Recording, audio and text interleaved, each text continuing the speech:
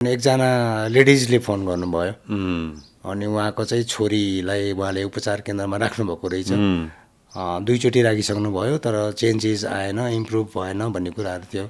अनि मैले उहाँलाई एउटा ट्रिटमेन्ट सेन्टरको रिफर गरेँ। अनि मेन उहाँको कन्सर्न चाहिँ के थियो भन्दाखेरि राखेर मात्रै भएन होइन, फ्यामिलीले प्रब्लम देखियो र अब उपचार केन्द्रमा राख्नुपर्ने अवस्था देखियो र उपचार केन्द्र पठाइयो।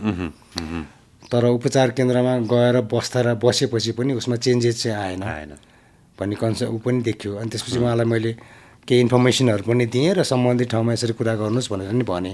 पछि यो प्रकारको कम्युनिकेसन मेकानिजम होइन, त्यो भयो भने मैले लास्ट एपिसोड पनि कुरा भयो, कुनै व्यक्तिले मलाई ड्रग एडिक्सनको बारेमा सोध्छ, यसको लक्षणको बारेमा सोध्छ, उपचारको बारेमा सोध्छ भने त्यो व्यक्ति अथवा त्यो व्यक्तिको परिवारमा लागु औषध प्रयोगकर्ता छ भनेर मैले बुझ्नु भएन। उसको जिज्ञासा हुनसक्छ। एक्ज्याक्टली होइन, एक्ज्याक्टली हो। के हुँदो रहेछ अलि प्रत्येक मानिसले बुझ्नु जरुरी छ। अहिले तपाईँको अहिले जस्तै हामी अब कतिजना चाहिँ अब राजनीतिक माहौल, अब सिम्पली भनौँ न, अहिले अब कति राजनीतिक घटनाहरू प्रायःलाई थाहा हुन्छ बिकज अफ सोसियल मिडिया नि त होइन, सामाजिक सञ्जालले गर्दाखेरि हामीलाई फलाना ठाउँमा यस्तो भइरहेको रहेछ, यस्तो हुँदो रहेछ।